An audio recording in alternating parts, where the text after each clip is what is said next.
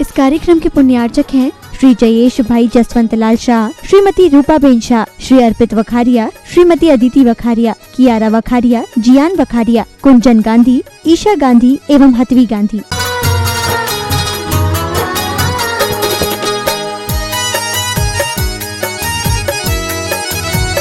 हो तीर्थंकर के जैसे गुरुवर हमने पाए हैं, हम पतितों को पावन करने गुरुवर आए हैं।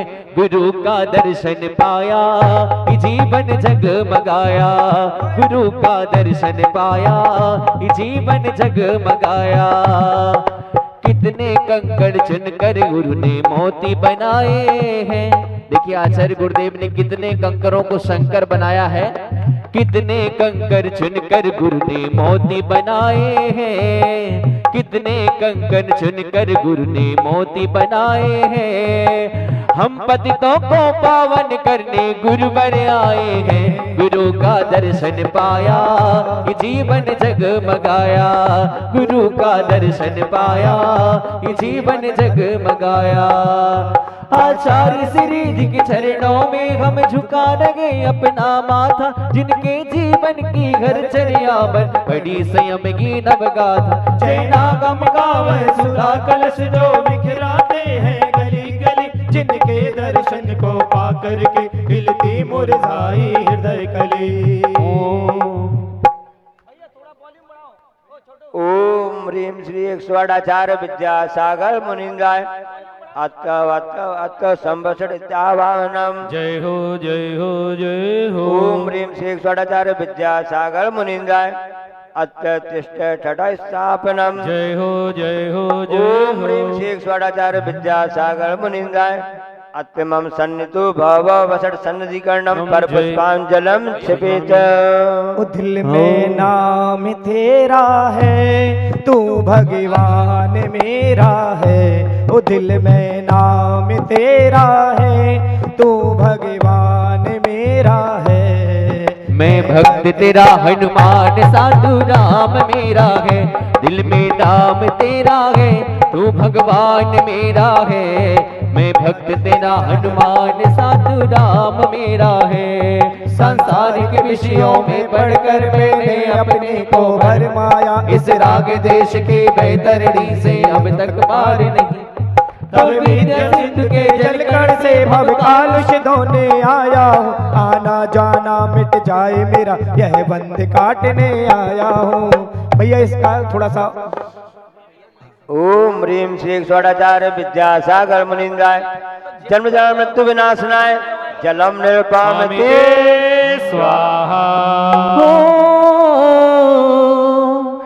मैं पत्थर था जब तक ना तूने छुआ था। मैं पत्थर था जब तक ना तूने छुआ था। रहमत से तेरी मेरा उद्धार हुआ था। देखिए आप सबकी भावना और गुरुदेव की भावना आचार्य श्री तक पहुंचा रहे हैं। क्यों? पत्थर को मोती कर दिया उपकार तेरा है। पत्थर को मोती कर दिया उपकार तेरा है। मैं भक्त तेरा हनुमान साधु राम मेरा है। दिल में नाम तेरा है, तू भगवान मेरा है। मैं भक्त तेरा हनुमान साधु राम मेरा है। मैं भक्त तेरा हनुमान साधु राम मेरा है। हो क्रोध अनल में जल जल कर अपना सर्वस्व लुटाया है। निशांत स्वरूप न जान सका जीवन भर इसे भुलाया। चंदन सम शीतलता पाने अब शरण आपकी आया हूँ। संसार ताप मिट जाए मेरा चंदन वंदन को लाया हूँ। ह्रीम श्री 108 विद्यासागर मुनिंद्राय संसार ताप विनाशनाय चंदनम निरुपाम ते स्वाहा। अरे हम ज्ञानी श्रद्धालु सूरज को दीप दिखाते हैं। इस युग के हम महापुरुष की गौरव गाथा गाते हैं। इस युग के हम महापुरुष की गौरव गाथा गाते हैं। हम ज्ञानी श्रद्धालु, हम ज्ञानी श्रद्धालु सूरज को दीप दिखाते हैं। विद्या गुरु की महिमा गौरव गाथा गाते हैं। विद्या गुरु की जीवन की हम गौरव गाथा गाते हैं। जड़ को ना मैंने जड़ समझा नहीं, अक्षय निधि को पहचाना, अपने तो केवल सपने थे भ्रम और जगत का भटकाना। चरणों में अर्पित अक्षत हैं, अक्षत पद मुझको मिल जाए, तब ज्ञान अरुण की किरणों से यह हृदय कमल भी खिल जावे। ओम ह्रीं श्री षोडाचार्य विद्यासागर मुनिंदाय अक्षय पद प्राप्त है। अक्षतम पामिते स्वाहा। जी और जी ने धोखा नारा हर सारे जग में गूंजेगा। जय हो। हे मेरे भारत का बच्चा बच्चा, मेरे भारत का बच्चा बच्चा, विद्यासागर की जय बोलेगा। मेरे भारत का बच्चा बच्चा, विद्यासागर की जय बोलेगा। हर घर में अब एक ही नाम, एक ही नारा गूंजेगा। मेरे भारत का, मेरे भारत का बच्चा बच्चा, विद्यासागर की जय बोलेगा। मेरे भारत का बच्चा बच्चा, विद्यासागर की जय बोलेगा।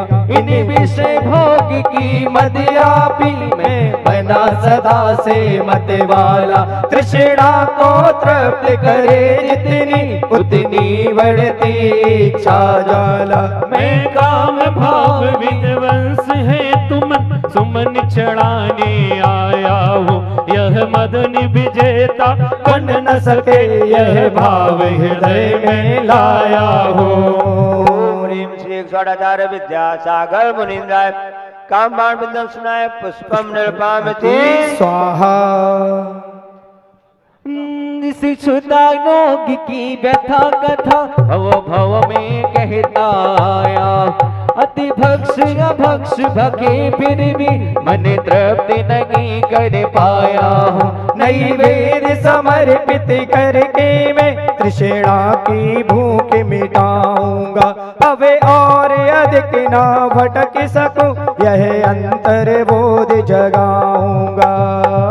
ओम ह्रीं श्री षोडाचार्य विद्यासागर मुनिंदाय क्षुधा रोग विनाशनाय नैवेद्यम निर्पामति स्वाहा।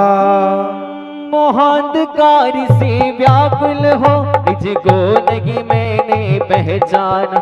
मैं राग देश में लिप्त रहा, इस हाथ रहा बस पछताना। यह दीप समर्पित है मुनिवर, मेरा तुम दूर भगा देना। तुम ज्ञान दीप की बाती से हमें अंतर दीप जला देना। ह्रीं श्री षोडाचार्य विद्यासागर मुनिंदाय मोहन का विनाशनाय दीपम निर्पामते स्वाहा। गूंज शहनाई देखो आज इस नगरी में, गूंज उठी शहनाई देखो आज इस नगरी में। अरे समय सागर जी समा गए भक्तों की गगरी में। ज्ञान बरसा लगेंगे, मंद मुस्कान लगेंगे। ज्ञान बरसा रहे हैं, मंद मुस्का रहे हैं। अशुभ कर्म ने घेरा, मैंने अब तक यह माना था। बस पाप कर्म तज पुण्य कर्म को साग रहा अपनाना। शुभ अशुभ कर्म सब रिपुदल है, मैं इन्हें जलाने आया हूँ। इसलिए आपके चरणों में अब धूप चढ़ाने आया हूँ। ओम ह्रीं श्री षोडाचार्य विद्यासागर मुनिंदाय अष्टकर्म देनाय धूपम निर्पामते स्वाहा। भोगों को इतना भोगा कि खुद को ही भोगी बना डाला। साथी और साधक का अंतर मैंने आज मिटा डाला। मैं चिदानंद में लीन रहूं, पूजा का यह फल पाना है। पाना था जिसके द्वारा वह मिल बैठा, मुझे ठिकाना है। ह्रीं श्री षोडाचार्य विद्यासागर मुनिंदाय महामोक्ष फल प्राप्त है फलम निर्पामते स्वाहा। जय समय सागर की, ज्ञान के आगर की करते रहो जय जयकार। जय समय सागर की, ज्ञान के आगर की करते रहो जय जयकार। जग के वैभव को पा करके निश दिन के साल मस्तिरा, चारों गतियों की ठोकर को खाने में गिंग अभ्यस्त तेरा। मैं हूँ शुतंत ज्ञाता दृष्टा, मेरा पर से क्या नाता है, कैसे अनर्घ पद पा जाऊं, यह अरुण भावना भाता है। ओम ह्रीं श्री षोडचार्य विद्यासागर मुनीन्द्राय अनर्घ पद प्राप्त है, अर्घम निलपामति स्वाहा।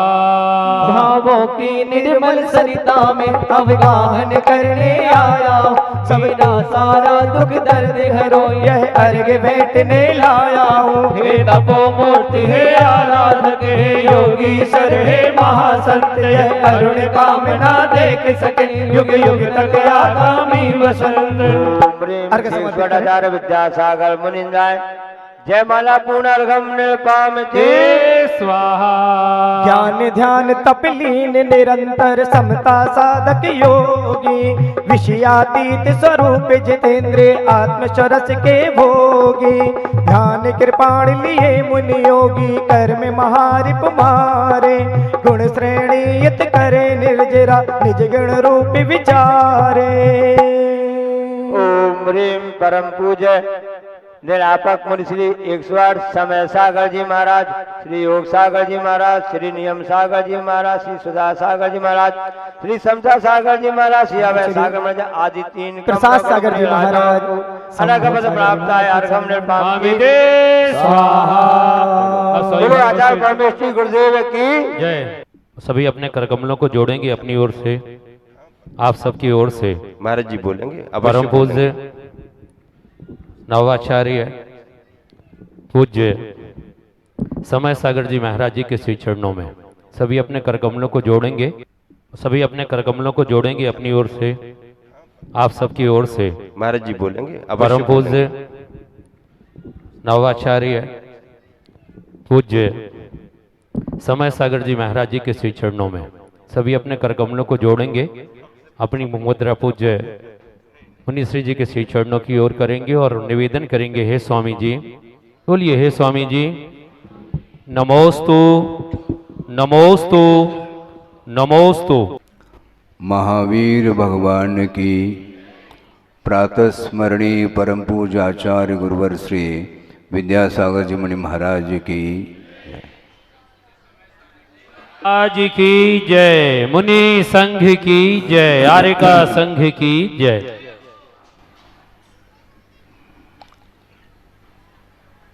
हमने यहाँ पर आने के उपरांत समता सागर जी भी बैठे थे, बैठे हैं अभी भी। समय को देखते हुए हमने विचार किया और हमने भावना व्यक्त की थी। उन्होंने आदेश ऐसा कहा, आदेश नहीं दिया था हमने भावना प्रेषित की थी कि आपके द्वारा भी कुछ जनता के लिए विचार आगम के आधार से दें, ताकि भोजन बनता है और भोजन में विभिन्न प्रकार के व्यंजन होते हैं। किसके लिए कौन सा व्यंजन पसंद है ये मुझे ज्ञात नहीं है, और आप साहित्य के माध्यम से परोस देंगे तो निश्चित रूप से उनको भी आनंद आएगा। इसी भावना को लेकर के उनके सामने भाव व्यक्त किए थे और सार गर्भित उनका उद्बोधन आपको कैसा लगा? ये ध्यान रखो, केवल आपके लिए अच्छा लगा ऐसा नहीं, आपसे भी ज़्यादा मुझे अच्छा लगा है। क्योंकि जिनेंद्र भगवान की वाणी किसको अच्छी नहीं लगती। शब्द हैं और शब्दों के माध्यम से ही भावों को प्रेषित किया जाता है, और गुरुदेव ने जो दिया है उसको अपने पुरुषार्थ के माध्यम से हमने प्राप्त कर लिया है, और प्राप्त जो किया जाता है वो अपने लिए ही प्राप्त किया जाता है, किंतु बीच में कोई व्यक्ति पिपासु है, हित चाहता है, तो मान लो ये व्यावहारिक है, कॉमन सेंस है।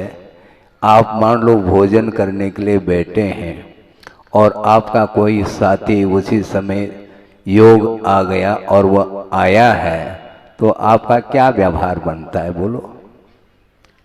भले ही वो भोजन करके आया है बात अलग है, किंतु कितने भरपेट भोजन करके भी आए हो तो 2-4 ग्रास तो गुंजाइश तो है, अपने साथ बैठ करके भोजन कर लो। ये व्यवहार कहता है कि नहीं कहता? बिल्कुल कहता है, और ये समीचीन व्यवहार माना जाता है। ये वात्सल्य है और परस्पर के प्रति जो आत्मीयता का व्यवहार हमें निश्चय तक पहुंचाने में समर्थ होता है। क्योंकि चढ़ाला आप लोग पढ़ते हैं, हेतु नियत को होई। नियत अर्थात निश्चय, और निश्चय के लिए हेतुबोध कौन सा है? व्यवहार है। व्यवहार के बिना निश्चय की उपलब्धि संभव नहीं, किंतु वह व्यवहार रहे, समीचीन व्यवहार रहे।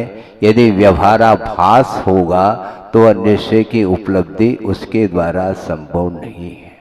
इसलिए आगम के माध्यम से प्रासंगिक उन्होंने जो अपने विचार, अपने भावों को व्यक्त किए हैं, आप लोग भाव विभोर हुए हैं और मैं भी भाव विभोर होकर के ही सुन रहा था।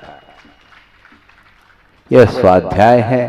कल भी हमने बात कही थी, उपदेश देने के लिए मैं बैठा हूं, किंतु उपदेश किसको? जो अमल नहीं कर रहा है, जो पथ पर आरूढ़ नहीं है, मात्र श्रद्धान का विषय मात्र बन चुका है जिसके लिए, उसके लिए उपदेश की बड़ी आवश्यकता है। और मैं उस बात को रिपीट करता हूं जो कल कहा था कि जो जागृत है उसको जगाने की आवश्यकता नहीं, किंतु जो जागृत नहीं है किंतु श्रद्धान लेकर के बैठा है तो उसको भी जगाने की आवश्यकता पड़ती है। और कौन जगा सकता है ये बात अलग है। सन 80 का वह प्रसंग आपके सामने रख रहा हूं।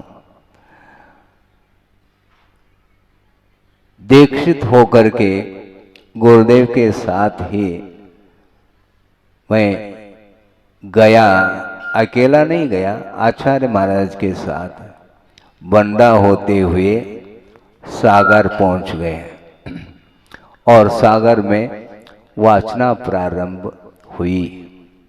वाचना प्रारंभ होने के पूर्व में है, कुछ दिन पूर्व में है, जब आचार्य महाराज नैरानगिरी में विराजमान थे शीतकाल में, उस समय पंडित पन्नालाल जी साहित्याचार्य सागर, उन्होंने गुरुदेव के चरणों में विनम्रता पूर्वक निवेदन किया कि महाराज, विद्वानों के द्वारा सिद्धांत ग्रंथों का आलोड़न करके जो अनुवाद और संपादन आदि कार्य किए हैं, जैन समाज के लिए बहुत बड़ी उपलब्धि हुई है उनके द्वारा, किंतु वो सारे सारे सिद्धांत ग्रंथ लाइब्रेरी में बंद हैं और आपके सानिध्य में विद्वानों के माध्यम से सिद्धांत के विषयों को हम और सुनना चाहते हैं, ताज़ा करना चाहते हैं, और बीच बीच में उसमें जो भी त्रुटियां हों उनको दूर करने के लिए आपकी बड़ी आवश्यकता है। तो गुरुदेव ने कहा हाँ सोचते हैं, देखते हैं, ये तो परंपरा उनकी चल रही है। और समय पा करके सागर जब पहुंच गए तो उस समय उसके पूर्व में ही उन्होंने आशीर्वाद दिया था और वाचना प्रारंभ हो गई। उस वाचना के दौरान बहुत एक मार्मिक प्रसंग हमें प्रथम बार सुनने को मिला है। धौला का अध्ययन तो पहले किया ही नहीं था, न गोमटसार का अध्ययन हुआ। मात्र 24 टाना और तत्वार सूत्र तक हमारा ज्ञान सीमित था। हालांकि उसमें अनंतार्थ गर्भित है, ये बात अलग है, क्योंकि सूत्र ग्रंथ जितने भी होते हैं एक एक सूत्र में अनंत अर्थ समाहित रहता है। उसकी विराटता को उद्घाटित करने वाले टीकाकार हुआ करते हैं और उनके माध्यम से ही हमें उसकी गहराई पकड़ में आती है। और वहाँ पर षटखंड आगम प्रथम पुस्तक की वाचना प्रारंभ हुई और प्रसंग ये आया था कि सम्यक दर्शन की उत्पत्ति के लिए बहिरंग कारण भी होते हैं और अंतरंग कारण भी हुआ करता है। जैसा कि आप लोगों को ज्ञात है, यदि पढ़ा हो, कुंद स्वामी ने स्पष्ट किया है कि सम्मत तस्य निमित्तम जिन सुत्तम तस्य जानया पुरुषा अंतर हेदु भणिदा दंसन मोह सखे पौड़ी। सम्मत तस्य निमित्तम जिन सुत्तम, जिनेन्द्र भगवान के द्वारा जो उपदिष्ट सूत्र है अथवा श्रुत है, वही सम्यक दर्शन के उत्पत्ति में बहिरंग कारण है। महाराज, इस गाथा में बहिरंग शब्द तो आया नहीं, आप कैसा कहना चाह रहे हैं? क्योंकि नीचे के चरण में ये स्पष्ट किया है कि अंतर हेतु भणिदा दंसन मोह सखै पौड़ी। अंतर हेतु अर्थात अंतरंग जो निमित्त है सम्यक दर्शन की उत्पत्ति में, वह दर्शन मोहनी आदि की प्रकृतियों के क्षय क्षोभम आदि ही एकमात्र निमित्त है, ऐसा कहा।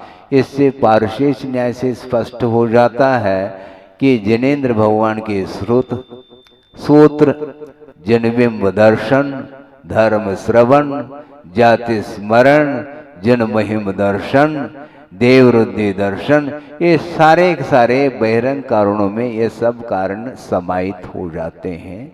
इसलिए सम्यक दर्शन की उत्पत्ति में बहिरंग कारण तो बहुत सारे हो गए। प्रश्न ये उठाया है शिष्य के द्वारा, प्रश्न उठा, शिष्य प्रश्न करने वाला वहां पर तो कोई है ही नहीं, किंतु स्वयं आचार्य पूर्व पक्ष बना करके समाधान देते हैं। और पूर्व पक्ष को उन्होंने रखा है कि महाराज, चारों गति में सम्यक दर्शन की उत्पत्ति होती है, हम मानते हैं, और अधोगति में सम्यक दर्शन की उत्पत्ति में जो बहिरंग कारण है वह प्रथम पृथ्वी से लेकर के तृतीय पृथ्वी तक धर्म श्रवण के माध्यम से भी सम्यक की उत्पत्ति होती है। और उसके नीचे के जो पृथ्वी में रहने वाले जो नारकी हैं, उनको जो मिथ्या दृष्टि नारकी हैं, उन्हें मात्र दो ही निमित्त हैं बहिरंग निमित्त, एक जाति स्मरण और एक वेदनानुभव निमित्त है। अब प्रथम पृथ्वी से तीसरी पृथ्वी तक सम्यक दर्शन की उत्पत्ति में बहिरंग कारण धर्म श्रवण कहा है, और धर्म श्रवण कराने के लिए देव पहुंच जाते हैं वहां पर, और देवों के माध्यम से ही संबोधन प्राप्त करके मिथ्या दृष्टि नारकी सम्यक को उपलब्ध करते हैं। प्रश्न ये उठाया है कि महाराज, ये तो ठीक है, देवों के माध्यम से धर्म श्रवण हो गया, क्योंकि सारे नारकी मिथ्या दृष्टि होते हैं, अथवा सारे नारकी जो सम्यक दृष्टि होते हैं, ऐसा तो है नहीं।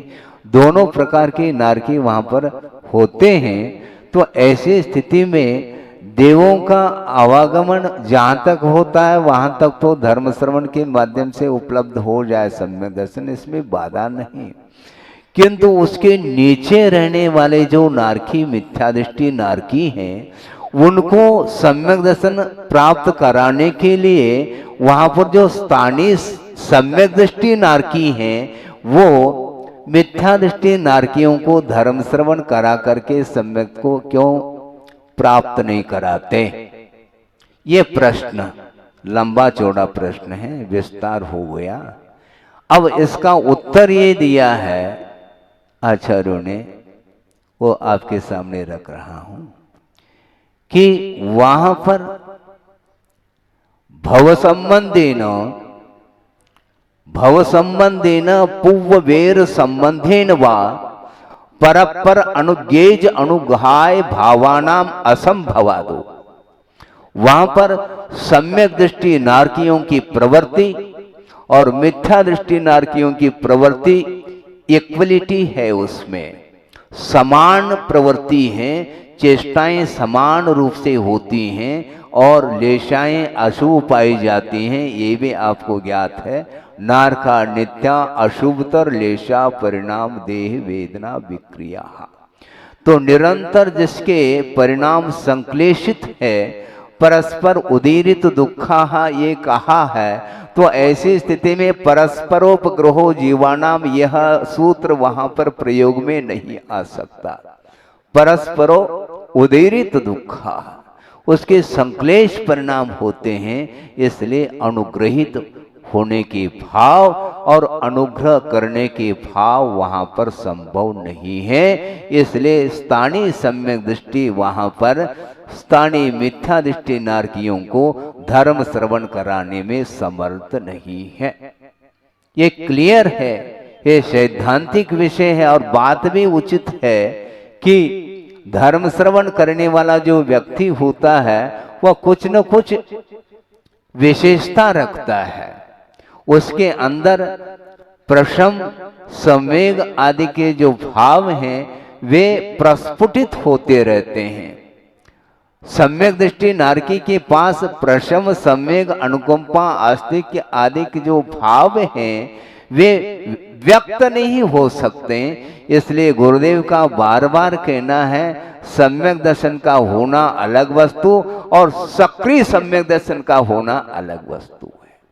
उनका वह सम्यक दर्शन एक्टिविटी को लेकर के नहीं, दूसरे के ऊपर उपकार करने के भाव जिसके अंदर जागृत होता है उसके कभी भी परिणाम संक्लेशित नहीं होते, उपकार के भाव होते हैं। इसलिए अपाय विचय धर्म ध्यान कहां पर होता है, उसकी भूमिका क्या है। उपकार करने वाला व्यक्ति स्वयं द्रवीभूत होता है।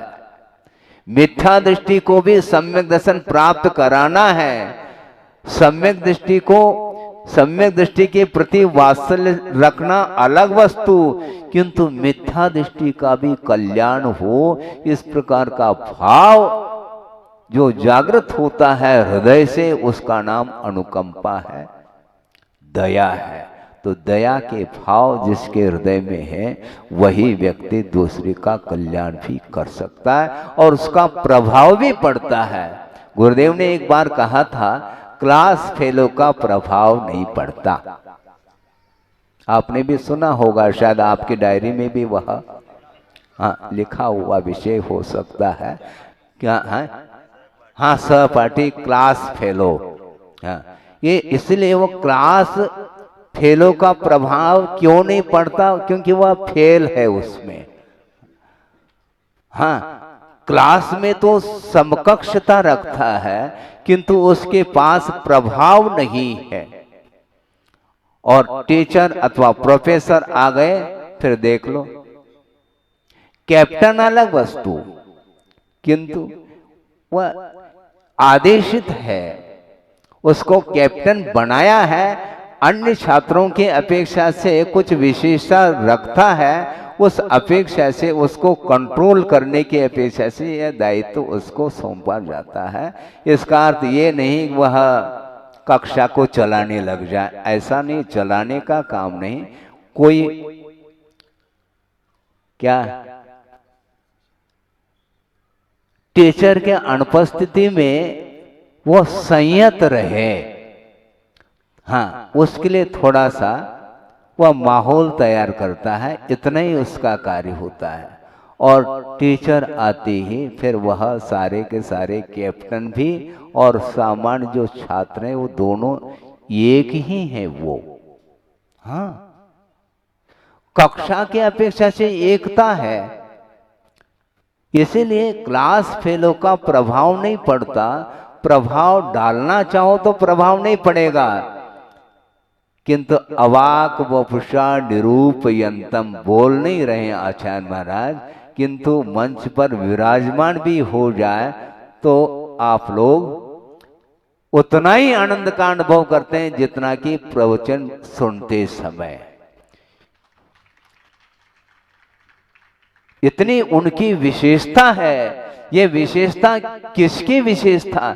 ज्ञान की अपेक्षा से विशेषता नहीं, ज्ञान की अपेक्षा से इससे भी ज्ञान रखने वाले दुनिया में बहुत सारे व्यक्ति मिल सकते हैं। अपने अपने क्षेत्र में पांडित्य को रखने वाले मिल सकते हैं। कलाएं 72 कलाएं हो सकती हैं, उससे संपन्न हो सकते हैं। वक्तृत्व कला भी आ सकती है और जनता को बांधने की कला भी आ सकती है। ये सब कलाएं हैं, किंतु ये कला अलग है। और साथ से पुण्यार्जन करने की कला यदि कोई सिखाएंगे तो गुरुदेव के अलावा कोई नहीं सिखा सकता। पुण्य का अर्जन करना अलग, किंतु साथ से पुण्य का जो अर्जन होता है वह बिना किसी निदान के होता है, जिसको पुण्यान बंदी पुण्य की संज्ञा दी है। इसलिए मैं समय ज्यादा नहीं लेना चाहता। पर्याप्त आपने सिद्धांत के माध्यम से जो भी बन पड़ा है, जिन शब्दों के माध्यम से टूटे फूटे, शब्द तो टूटे भी हो सकते हैं। ये व्यवहार में टूटना और फूटना ये कई है, लेकिन फिर भी बोलने में आता है शब्द टूटे फूटे। किसी ने कहा, सुनो, किसी ने कहा महाराज आप बहुत दुबले पतले हो गए। हमने कहा दुबले और पतले में दोनों का अर्थ तो ये कहीं निकल रहा, दुबला हो अथवा पतला हो, बात ये कही है। तो इसी प्रकार टूटे फूटे कुछ शब्द हैं, क्योंकि साहित्यिक शब्दों का प्रभाव अपने आप में अलग होता है। कर्णप्रिय जिसको बोलते हैं, श्रुति मधुर, किंतु वह एक कला है। वह भी एक पुण्य के उदय से ही इस प्रकार भाव को प्रेषित करने के लिए शब्दों का चयन होता है। यह भी पुण्य कर्म के उदय से ही होता है। जो कुछ भी चेष्टाएं हम लोग करते हैं उसके बीच में, उसके पीछे अतीत में किया हुआ जो कर्म है वही एकमात्र साथ देता रहता है। किंतु आचार्यों का ये कहना है, मान लो ऐसे भी जीव हो सकते हैं जिसके पास, समझ रहे हैं आप, अंगूठा छाप, और अंगूठा कहाँ छापना ये भी उसकी बुद्धि काम नहीं कर रही है, किंतु उसका भी कल्याण करने वाले गुरु हुआ करते हैं। हाँ, शुरुआत की बात है, ब्रह्मचर्य अवस्था में पहुंचा और गुरुदेव ने स्वीकृति दे दी, आशीर्वाद दिया, ड्रेस चेंज हुआ, ड्रेस तो वही रहा, लेकिन ड्रेस तो चेंज तो हुआ। हमने सोचा धीरे धीरे वो भी चेंज हो जाएगा। ड्रेस चेंज हुआ और उनके साथ विहार करते करते कहाँ पर पहुँचे? फिरोजाबाद पहुँच गए। और वहाँ पर पहुँचने के उपरांत प्रतिदिन समाज के लिए, जनता के लिए विभिन्न विषयों पर अच्छे मौलिक चिंतन के साथ आगम के आधार से विभिन्न विषयों पर उन्होंने अपने विचार प्रवचनों के माध्यम से रखे। 2-3 दिन हुआ मुझे, मैं भी प्रवचन सुनने के लिए गया, तो बात कुछ समझ में नहीं आ रही है। बात इसलिए समझ में नहीं आ रही, भाषा नहीं आती, एक बात। और सिद्धांत क्या होता है? ओम शांति। अध्यात्म क्या होता है? ओम शांति।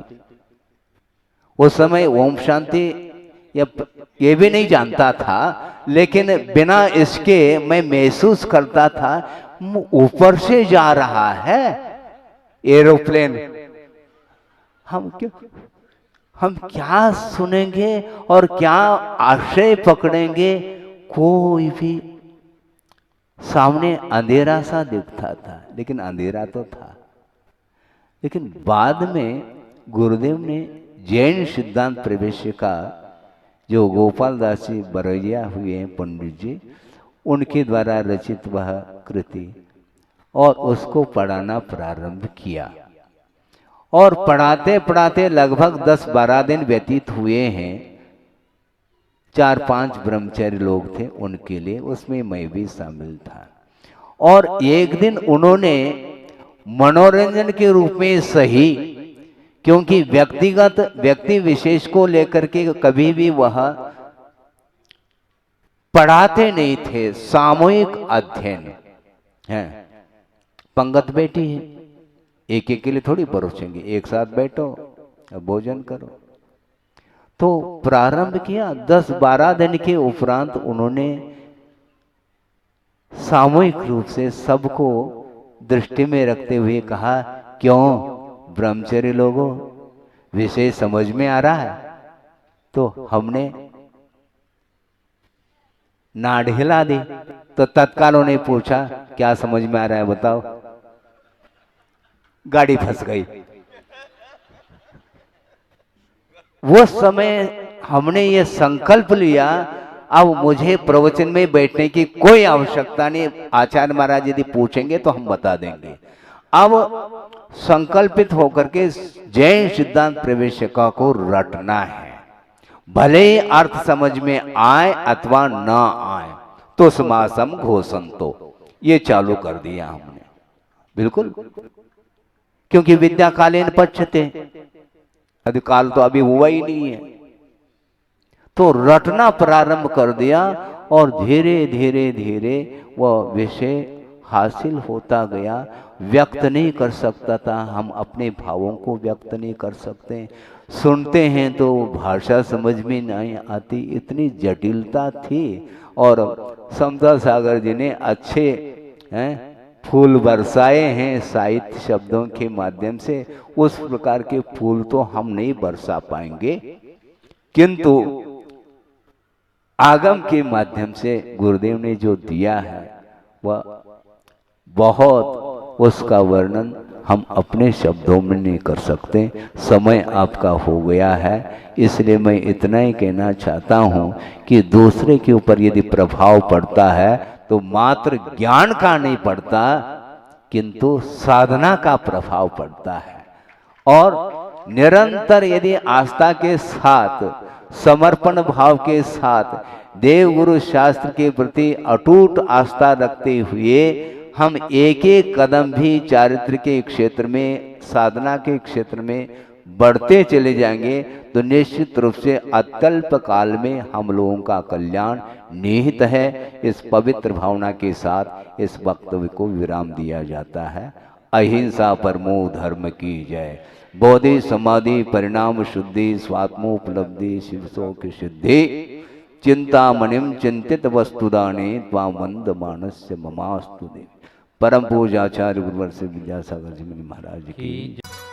इस कार्यक्रम के पुण्यार्चक थे श्री जयेश भाई जसवंत लाल शाह, श्रीमती रूपाबेन शाह, श्री अर्पित वखारिया, श्रीमती अदिति वखारिया, कियारा वखारिया, जियान वखारिया, कुंजन गांधी, ईशा गांधी एवं हथवी गांधी।